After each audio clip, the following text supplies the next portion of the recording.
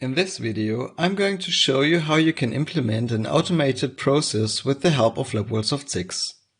As an example, a process for a magnetic stirrer is to be created. To do this, first look for the laboratory device from the device library. Double-click the device module to open the device configuration. Select all of the device functions that you want to control through your process. In our example, these are the speed of the stirrer and the temperature. Select all device functions that you want to monitor during the process as well. Also, set the COM port via which the device is connected to the PC. In the next step, select the method module from the module library.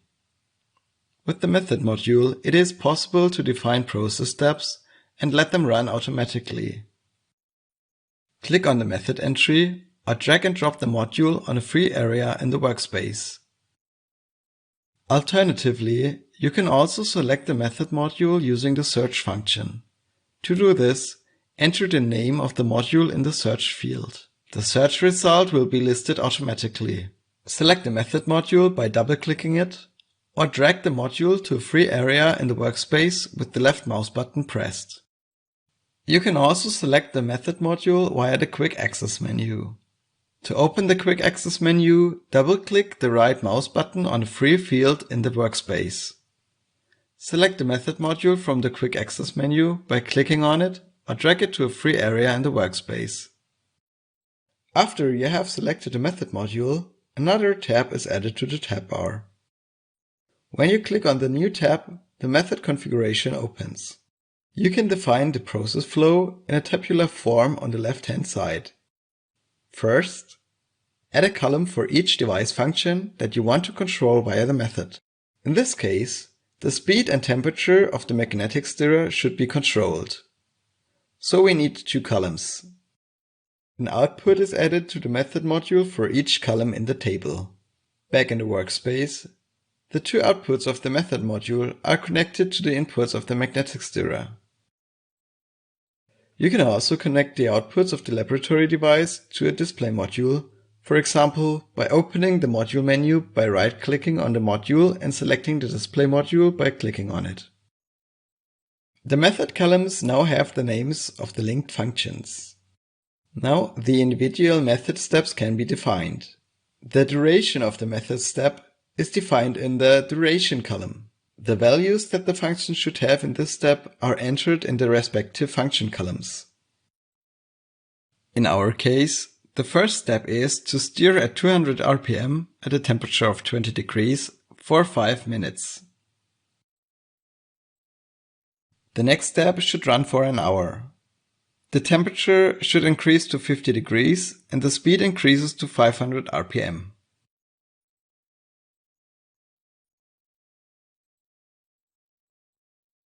In the last step, the temperature is reduced back to 20 degrees, but the speed remains the same.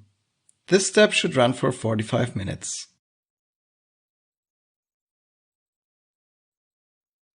You can also set whether to jump from the previous value or to run a ramp. While the process is being defined, the graph on the right shows the process created in a table in a graphic form. The method is now defined. When the Start button is pressed, the method also starts and follows the individual process steps. The connected device is controlled completely automatically. You will find that it is no longer possible to make changes to the table while the method is running. While the process is in progress, I want to show you a few more options in the method module. The zoom function allows you to zoom into the graph.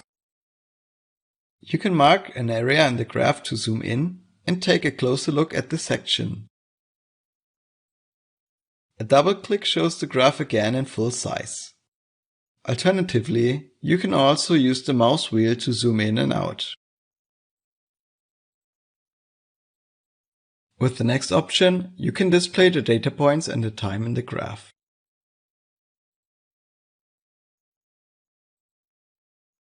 If the legend option is activated, you can show and hide individual data series. You can export the graph as an image for documentation. You can use the Export Method button and Import Method button to save a method and reload it. You can change the layout of the view by displaying the table and the graph side by side or on top of each other. The configuration dialog of the method module allows you to make further settings. For this, I stop the process in order to be able to show you the options. To open the configuration dialog, double-click on the method module. The option Allow editing while the method is running allows you to make changes to the method while it is running. This is how you can change the duration of a step or the value of a cell. It is also possible to jump forwards or backwards to a method step or to let the method continue from a certain point in time. The option Stop the process when the method is finished does exactly what its name describes. As soon as the method has expired, the entire process is stopped, as if the stop button had been pressed manually. If this option was not selected, the values from the last method step remain after the method has expired. It is also possible to run the method multiple times or infinitely many times in a row. At the end of the process, the method jumps back from the last step to the first step and starts all over again. The outputs of the method output various information that you can display or, as explained in another video, use for logical conditions. You can also use this method to control several identical devices in parallel. To do this, connect the individual outputs of the method to the corresponding inputs of the devices.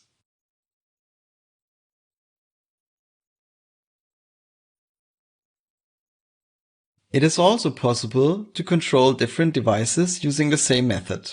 To do this, adapt the number of columns to the number of device inputs and connect the outputs of the method to the respective inputs of the devices that you want to control.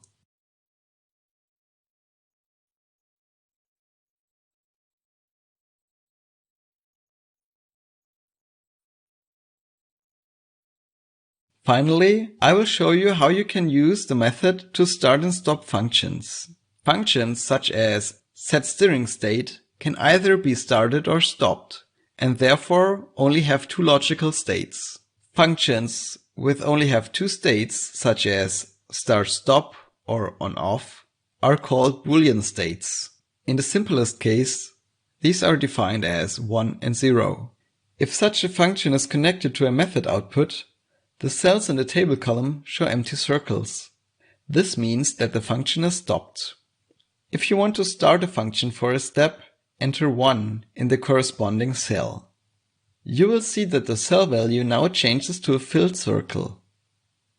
This stands for start. If you want to change the entry back to stop, just enter a 0 again. And that's it. You are now familiar with the method module and can use it to combine various laboratory devices into complex processes that run completely automatically.